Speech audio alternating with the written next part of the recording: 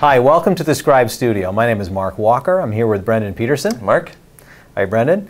We're going to be talking about entity relationships and Scribe Online and how you can use entity relationship to your advantage when you're doing your integration design. Before we get into the technical demo, I thought, Brendan, it would be good to talk about what are entity relationships. So you can help us out with the definition of that? Yeah, absolutely. So entity relationships kind of have two ways of kind of representing themselves in Scribe. We have at a database level and at a more of an API level. So at a database level, it's the relationship between two tables. So I have an account table and a contact table.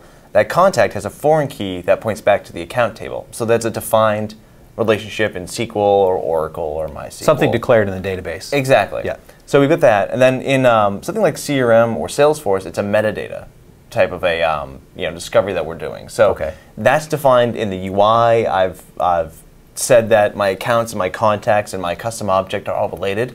I've defined how they relate to one another, and then when we see that, we bring it back and show it to you in the UI. I suppose it could also be defined in the connector itself. If the relationship wasn't available in the API, you could define it in the connector, the hard-coded relationship. Okay. So how does Scribe Online know about these relationships? Generally, it depends on which connector you're using. So connectors like Dynamics CRM and Salesforce have a discovery method they're doing. So they basically go ask CRM or Salesforce, what do you look like? It gives us back a list of entities, fields, and relationships between entities. So we ask for it and we get it back. Things like database connections are very different. We have to go out and we do some discovery against there, and there are foreign key constraints and all these other types of database settings that are defined that show the relationship between tables. But it's at more of a discovery. We got to walk through the database to find that. There's not a simple, let me know what you look like. This is what I look like. Okay. Now I know there's a couple different types of maps you can have in Scribe Online integration services. There's basic maps and there's advanced maps. And I know there's some differences between the way that these entity relationships are represented and what you can do with them. So is that something you can take us through? Yeah, and I'll start with basic maps and I'll show and tell because I think that might be a little bit easier. Okay. So what I'll do is I'll create a new solution, and we'll just call it quick demo. And basically what I'm going to do is create a use case scenario around basic maps. And the use case I'm going to do today is really taking accounts with all of their contacts and all the tasks associated with that account, and I want to move it to another system. So to do that in my basic map is going to be a little bit trickier because the way we work is we only show you the parent relationships. So if I were to go into this, and actually I'll show here, and I'll pick Salesforce, if I were to pick the account object, and just to show you what the relationships look like, I would only see the parents of that. So you can see in this, I don't have contacts, I don't have tasks, I don't have the things I want to integrate because it only goes from account up. Right, so that's the way the basic maps work, is that you pick the entity that's your I guess it would be at the bottom of the hierarchy, the child entity, and then it automatically will show you all the parent entities that are above that. Exactly. So to actually create this integration, I'm going to go ahead, I'm going to grab my contact, and it's going to pull back that, again, the same type of list. I'll give myself something on the target so I can actually run this. So we'll pick CRM and accounts.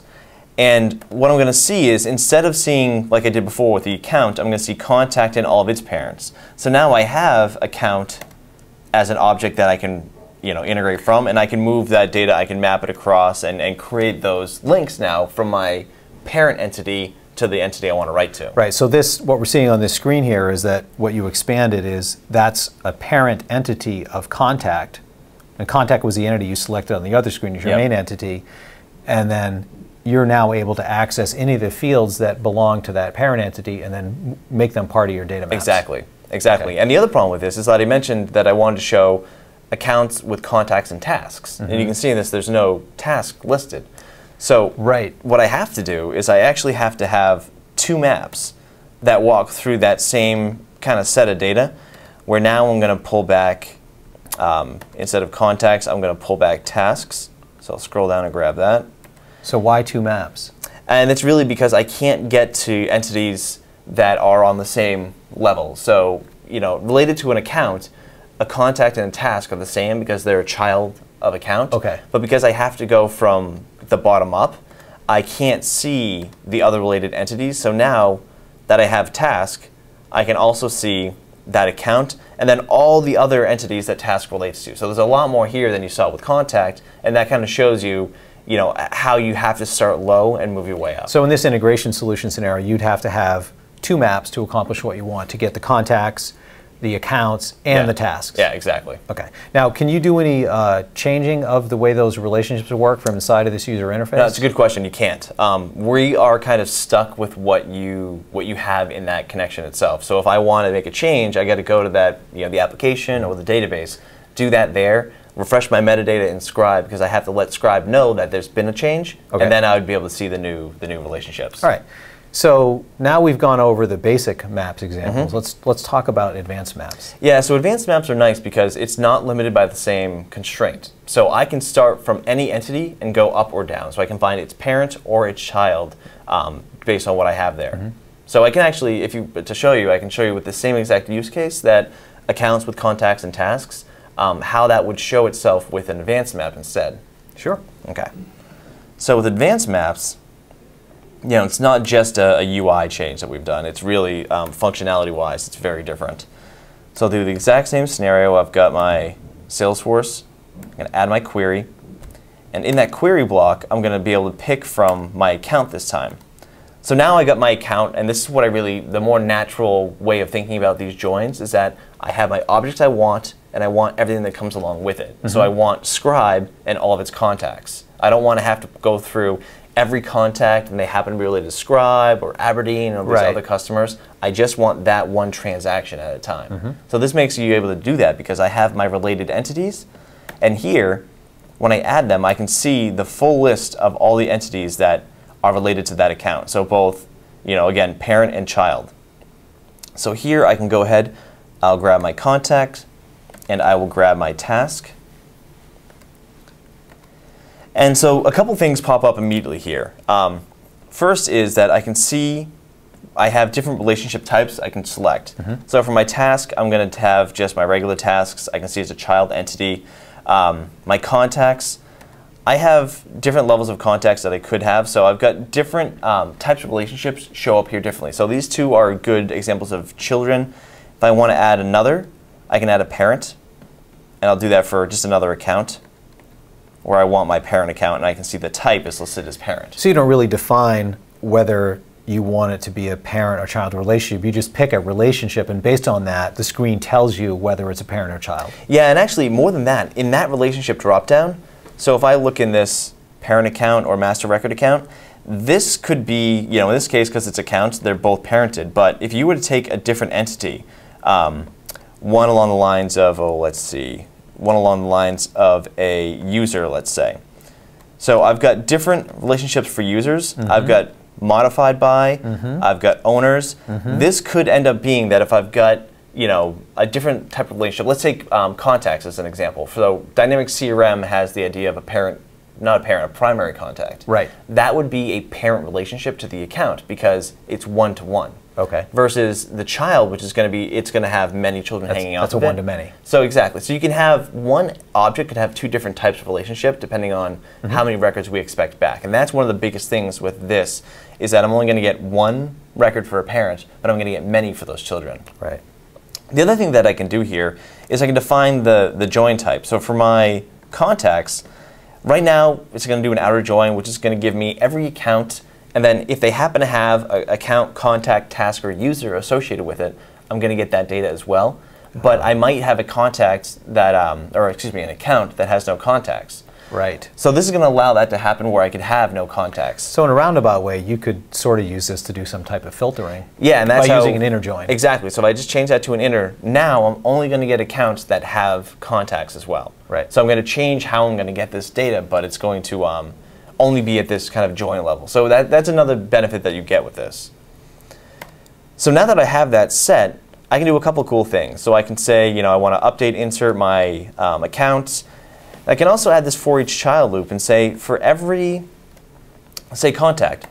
So for every contact that I have, I want to iterate through that list that Scribe gave me. So what that does is it's very different from some of the history that we've had where you're going to walk through the same data, you have to do some skipping. This is really going to let you just look at it as XML, where I've got one record, one transaction of my account. It happens to have 10, 15, 20 contacts, and I'm going to loop through that until I read all of them. But what you're getting at with XML, you mean how you visualize what the results Yeah. looks like. So if you're used to working with Scribe Insight, you kind of visualize it as if it was two tables in a database that you join together, and that header information, in this case it would be the account, would be repeated on every row for each contact. But with Scribe Online, it's, you said, more like an XML format. Exactly. So what do you mean by that? So by that, it's really that when you think about the structure of the data you're getting, XML, you can have one root element. So I've got Scribe software as my root of my XML. That's your account. Exactly. So that's my account. I have multiple repeating nodes that I can have off of that. So I can have 15 sections that are all my individual contacts. So Mark, Brendan, Lynn, Peter. Right. And then I can have my next set of repeating nodes. It's going to be tasks. So or addresses. Or addresses, exactly. Yeah, so that list of things. So, but it all rolls back up to the account.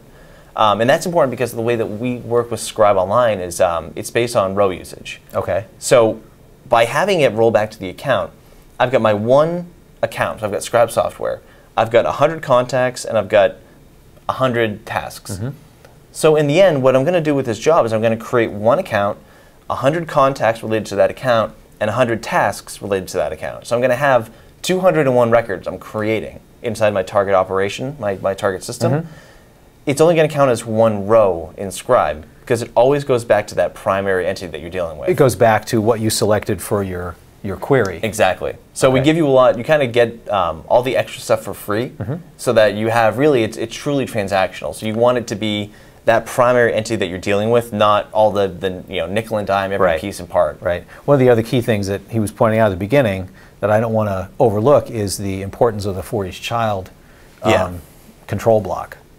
Now, yeah, it makes it just so super easy. Now, what kind of configuration do you have to do for that for each child block to get it to know how the relationship works? All it is defining which relationship from this dropdown. So any number of the child relationships you've added in that query block. So it looks back to the query block to see what you had set up for relationships, and it shows you them here? Yeah, and actually to illustrate that, I can I'll go in here and I'll add one more child relationship. So I'll do cases. Okay.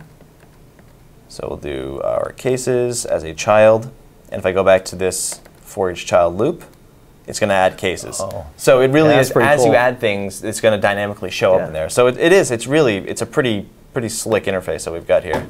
Okay. Well, is there anything else you'd like to go over that we haven't talked about yet? No, I think that's a pretty good, relationships, they're really important for two reasons. One is just because if you want to get your data moved across, you want to make sure you get the whole thing so that if I get Scribe software over to my target system, it's there, it's done. I don't have to worry about, okay, well, the contacts are going to come in later and then I'm going to have this. It makes it easier to design the integration. Yes. The other thing is just for purely money standpoint, that if I don't, I've got a lot of extras that are coming along for the ride for free, really. Right. I don't have to pay for every contact separately. It's going to roll back up to the account. It's all based on the account. Yeah, so it's nice, it's not just ease of integration, but it's easy on your wallet. All right, great. Well, thanks a lot, Brendan, for taking the time to share that with us. So I hope you found this episode interesting and informative, learning about how you can use entity relationships in Scribe Online.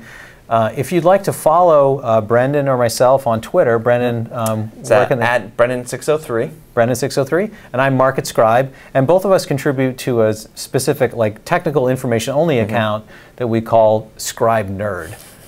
So if you're interested in following us on Twitter to learn more information about technical topics, you're welcome to do that. So thanks again for joining us, and we hope you enjoyed this episode of Scribe Studio.